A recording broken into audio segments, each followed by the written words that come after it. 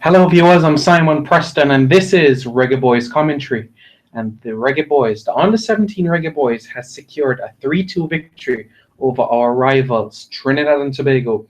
3-2 in Trinidad and Tobago in the CFU final round in qualification for the under 17 CONCACAF Championship in Panama. We have done it, we have qualified.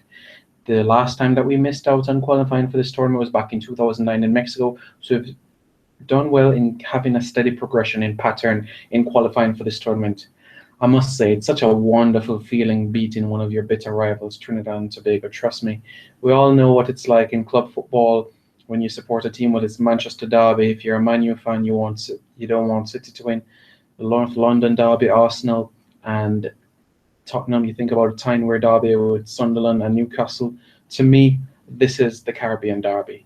This is the Caribbean Derby, and at any level, we want to win. We don't. It doesn't matter how the win comes about. We just want to make sure that we get the victory, and that is exactly what we did. Yes, come on, boys, and we have done so. It's wonderful, wonderful scenes, and I'm really happy that the team was able to secure this sort of victory. So with Raywin Senior getting a goal with less than quarter of an hour to play, getting us that victory in the 76th minute of the match. The Jamaicans scored in the 13th minute and the 37th minute, so they went into halftime break with a 2-0 lead. And then after that, Trinidad and Tobago team, they scored in the 48th and the 58th minute, where they got back into proceedings and equalized with this sort of occasion, 48th and 58th minute, with Neon Lamy and Jaden Powell equalizing things. But the Jamaicans stepped it up, and as they say, pressure burst pipe, and the Jamaicans got that all-important goal. Yes. I mean, we could have qualified with just a point, but you need to beat your rivals. We need to beat our rivals. And I'm not really trying to build any banter or anything with any Trinidad, because I love Trinidad. I've been to Trinidad a number of occasions. I have good friends there, but I'm a Jamaican and I'm a proud Jamaican. So when you get one over one of your biggest Caribbean rivals in any sport, you know, you gloat and it's just you crow all you want. So for me, it's a wonderful moment, and what a contrast it has been from 2 weeks ago to today. See, I'm all smiles now, not all dreary like 2 weeks ago with the national team, the senior team. So it's good news, isn't it? How do the point standings look at as it relates to things?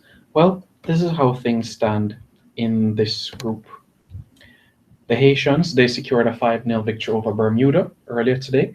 And as we know, Jamaica's beating Trinidad and Tobago 3-2. So the point standings, Bermuda, they didn't register a point. They scored 4 goals, conceded 14. Trinidad and Tobago, 3 points. So third in this group. So they'll have a second bite to the cherry to qualify for the CONCACAF Under-17 Championship, but it's going to be very difficult. It could be Cuba, it could be Curacao, it could be Suriname. You know, it could be any one of those teams. So we're just going to have to wait and see. It could be Guadeloupe. You know, it's hard to determine who they'll play right now, but it's some really tough teams they're going to go up against. So they put themselves in danger as well, because I would say that is a tough group that involves Cuba, Curacao, Suriname, and Guadeloupe. So second place, Jamaica, 7 points with a +5 goal difference, scoring 9 goals and conceding 4 goals, and Haiti scoring 7 goals and conceding none. That's been my only concern from the Jamaican team. Conceding 4 goals, as we know, conceded 2 against Bermuda and 2 against Trinidad and Tobago. You know, under coach Andrew Edwards, that was only one thing I was concerned about. I knew we would score goals for fun because he drills his team in that sort of fashion, but I'm a bit concerned of how things are at the back, allowing too much space to the opposition. And it was evident back in 2014 as well. The Cayman Islands in the CFU preliminary qualifiers, the Cayman Islands took a 2-0 lead against us. We came back into the game. Alex Marshall scored an Olympic goal, and just to clarify, an Olympic goal is where you score a goal from the corner kick. That was a fantastic sight to watch at the Tony Spalding Sports Complex that day. Cayman Islands took the lead again, so it was 3-2, and it was that score for a long time, but eventually we ended up winning 5-3. But, you know, it's these simple things that we have to work on. It's 7 months from now, but going into the CONCACAF Under-17 Championship, we're going against the likes of Mexico, Canada, the United States, who have been in camp for quite some time, and since these students were in middle school, 6th grade, 7th grade, 8th grade, and our players that are here together have only been together for a little over a year. So when you have that sort of chemistry for 3 years versus 1 year, it's going to come down to the cutting edge onto the pitch, the instincts, and that's the only thing I'm concerned about. But I know I don't make many bold predictions, but this coming from me is not a bold prediction. Andrew Edwards is the best man to coach our youngsters at the under-17 level, and I'll say it right now. This team will either qualify for the under-17 FIFA World Cup in India or come very close. One of the two things is going to happen. I can guarantee you that. We're not going to be embarrassed. I admire the tenacity of Coach Andrew Edwards, and I admire how he approaches football, although it might not be the most eye-catching with the tic-tac sort of football, but results are getting done. He gets the necessary results that he needs, and that's what I'm really happy about. Make sure to leave your comments in below as well, anything you want to ask me or any other sort of comment you want to make where this tournament is concerned. I'm just truly buzzing about this sort of result. It's something to truly be happy about. So it's wonderful. And another thing before I get into the comments, the CONCACAF Under-17 Championship will take place between April 21st and May 7th of next year in Panama. As we know, Mexico, the United States, and Canada, they are the automatic teams already. And from the Caribbean, already it's Haiti and Jamaica that's qualified. So this will be our 13th appearance in the CONCACAF Under-17 Championship. Let's not forget as well, we've been to the Under-17 World Cup twice, back in 1999 in New Zealand and in 2011 in Mexico. That one in Mexico was something. Trust me, it was the first one that I actually remember. And I remember I was an analyst with CVM during that time, during that World Cup. And to be an analyst on a panel when Jamaica was in a Youth World Cup, that was something special, I tell you. Drawing with France, memories, I tell you. So what's going to happen, it's going to be a 12-team tournament. So it's going to be 2 groups of 6 teams. And similar format to 2 years ago, the top team from each group will definitely qualify for the Under-17 FIFA World Cup. And the second and third place team from each group will go into a playoff sort of stage. And from there, what is going to happen is that they're going to be reseeded by group results, with the top team of the 4 facing the 4th best team and the 2nd best finisher facing the 3rd. And when you reshuffle all of those matches, then the winner of each match will qualify for the Under-17 FIFA World Cup. And that's exactly how it's going to be. So exciting times, you could say. And I'm truly looking forward to what the future has in store. I do hope that the players are able to get some match time. That is my really hope. Let's get into the comments, shall we? You're full of cringe. In soccer, Trinidad is better than Trinidad. Trinidad is better than Jamaica. Disagree 1,000,000%. Why haven't you won the Caribbean Cup since 2001? Well, there you go. 2001, that's the last time Trinidad and Tobago has won the Caribbean Cup. We, on the other hand, since the start of the new millennium, won it in 2005, 2008, 2010, and 2014. There you go. And we're just 2 behind Trinidad and Tobago right now. They have 8 titles and we have 6. And guess what? We're going to knock them off their perch very soon. Richard Kamika, what was the score? I didn't see it. Well, there you go. 3-2. Epic Gift, I mean, he's kind of right. Trinidad has always been better than Jamaica in football.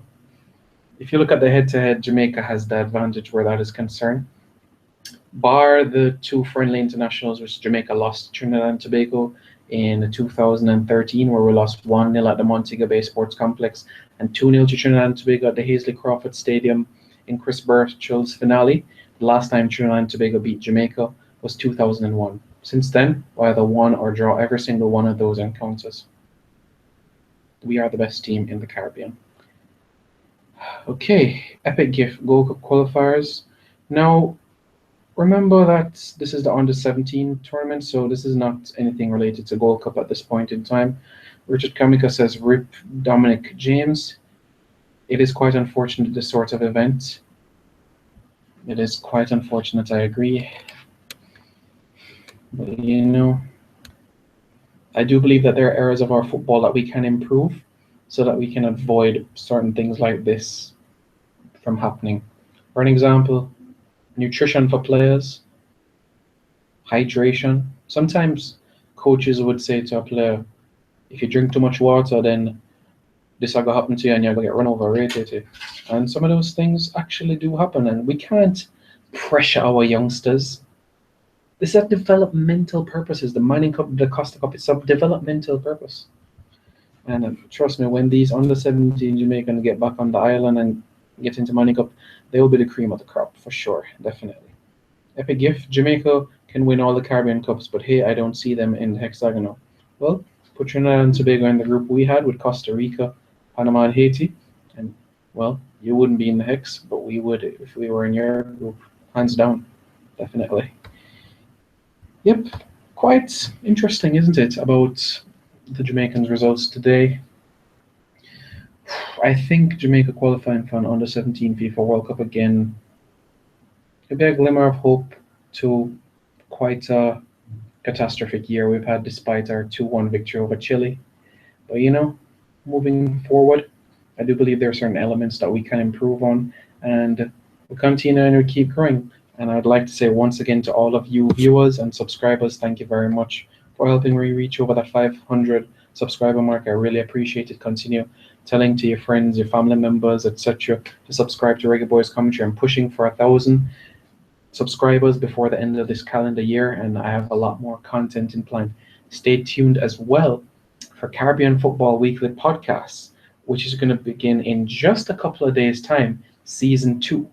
We're going to begin that. So that's Nathan Carr, the founder of the Home of Caribbean Football, Santoki Nagalandran, who is a football analyst of Guyanese descent from the UK, and myself, the only Caribbean-born person on the forum, but the presenter of it. But two knowledgeable, brilliant analysts as well. So I'm pleased to be presenter of this podcast and looking forward to Season 2 of it. So make sure to stay tuned for that as well, and stay tuned for more videos here on Reggae Boyz Commentary. Have a pleasant evening. Don't forget to like our Facebook page, and don't forget to subscribe to this YouTube channel, Reggae Boyz Commentary. Come on, Reggae Boys, we run things.